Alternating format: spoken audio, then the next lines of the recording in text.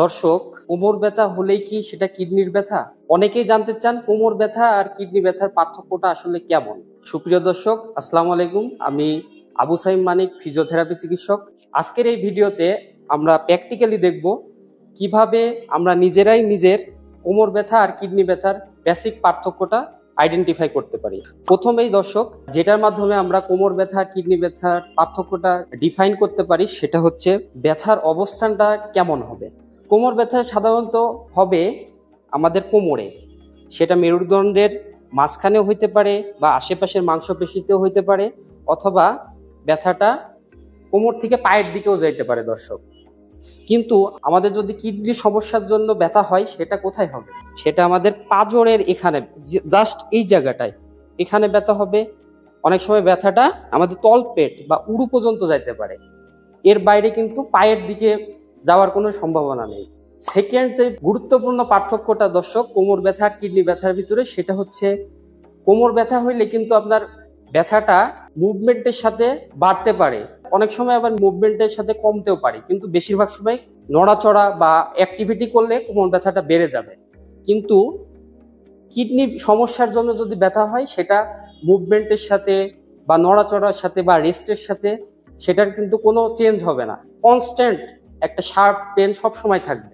এরপরে যে গুরুত্বপূর্ণ বিষয়টি দর্শক, কোমর ব্যথার সাধারণ সমস্যার ক্ষেত্রে আপনার কিন্তু শুধু ব্যথা থাকবে, পায়ের দিকে ব্যথা যেতে পারে সায়াটিকার মতো সমস্যায়, কিন্তু কিডনি সমস্যা জনিত ব্যথার ক্ষেত্রে আপনার আরো কিছু উপসর্গ সাথে থাকবে ব্যথার সাথে।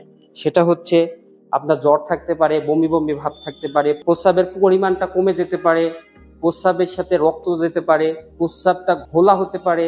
দর্শক, কোমর ব্যথার ক্ষেত্রে আপনি কোমরের মাংসপেশিতে এভাবে প্রেসার দিলে আপনার ব্যথাটা সাধারণত বাড়বে বা আপনি অনুভব করতে পারবেন যে আপনার ব্যথা আছে। আর কিডনি ব্যথার ক্ষেত্রে আপনি স্পেসিফিক পয়েন্টে প্রেসার দিলে বা টেস্ট করলে আপনি বুঝতে পারবেন যে আসলে আপনার কিডনি সমস্যা আছে কিনা। সেটা হচ্ছে আমাদের এই যে এখানে একটা অ্যাঙ্গেল আছে, লাস্ট রিবস থেকে শুরু করে আমাদের যে এই যে এখানে একটা ভাঁজের মতো, ব্যথাটা সাধারণত এই জায়গায় হবে।